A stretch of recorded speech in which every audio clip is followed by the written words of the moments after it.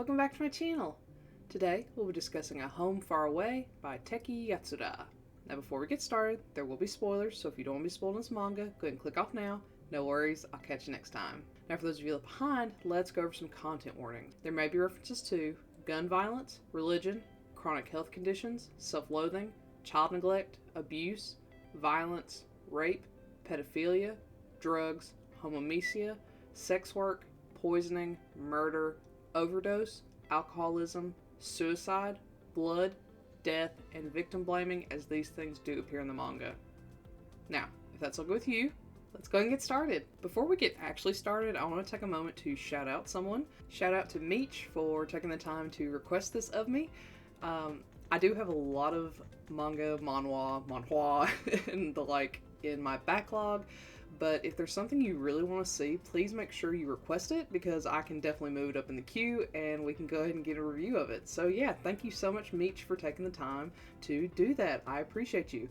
Now, let's get started. Ah yes, hello hand. Now as always, let's start with a quick synopsis. Let's let my hand catch up.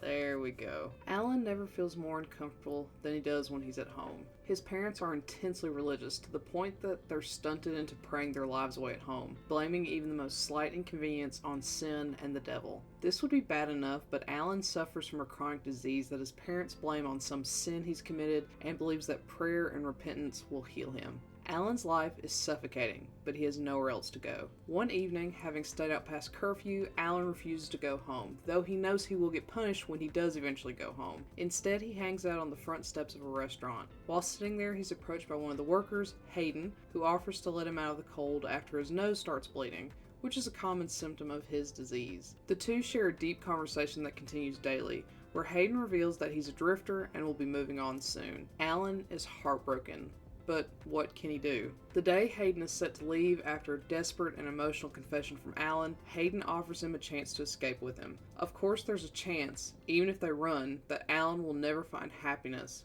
but at least it would be his choice. So the two escape together, trying to find any small moments of joy they can cultivate for themselves while their dark pasts loom over them. This is stunning and very, very close to realism. When I say it's beautiful, I mean the eyebrow hairs are so detailed in some panels I could count them. Their eyes feel like they're looking through you. The trauma depicted is traumatizing to look at in its raw and painful form, that you feel like you're truly seeing it play out before you.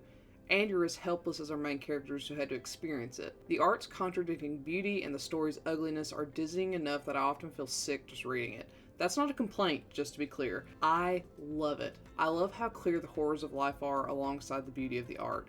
The art within itself is a message, and I love that. A critical factor in the story is the role parents play in their child's lives. Hayden and Alan are both suffering from strained and often abusive relationships with their families, and neither gets any closure, which only intensifies their trauma. Hayden longs for a companionship with someone who will always be there for him, having seen his mother murder his father and slowly kill herself later with drugs and alcohol. He fears that he's the cause of his misfortune and regrets being unable to save his mother. Meanwhile, Alan longs for a father figure to accept him for who he is and who doesn't ask for repentance, and a mother to shower him with unconditional love. It's these desperate wants for parental love that neither can achieve that draws them together.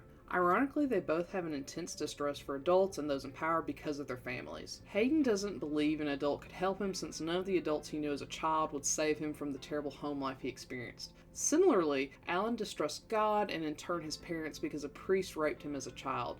No matter how desperately he called out to God, no one would help him. The judgment of his parents compounds his trauma because he knows they would perceive it as a punishment for sin and that he would be seen as filthy. In these contradictions, these two are thrust together, two young and hurt people looking for safety in each other because adults just aren't safe. Some people would probably argue with me on this point, but I genuinely don't think there was any way for this to end happily with both characters living. This was as good of a happily ever after as these two individuals could have had after everything they experienced together. Some would argue that Hayden should have lived on for Alan when it was clear he wasn't going to make it, but with everything that had happened up until then, even after begging for mercy from the police and the courts, he'd still get punished and end up living his life tied down in prison. Hayden never wanted to be tied down again, which would be worse than anything, especially knowing Alan was dead too. The happiest ending would be them dying together, as one without the other would just be too much loss to bear after everything else they experienced. This is not for the faint of heart, but if you can stomach some of the darkest and most realistic content, this is certainly worth a read. I wrote this review within moments of finishing the work, so my emotions were still quite raw, and I'm sure my feelings tanked this at the moment of writing it. Still, even after some time ruminating on this, I don't think my opinions changed that much. The beauty is in all of the contradictions, the beauty and the ugly, the trust and the distrust, the need to run, but also to long for what was left behind. This painful journey doesn't end with a happily ever after, but it's real and worth all the pain. It's a joy because it's sad. A wonderful contradiction. So, have you read A Home Far Away? If so, what do you think? Do you agree with my assessment? Do you not? Let me know and comment below. Otherwise, I'll catch you next time. Bye!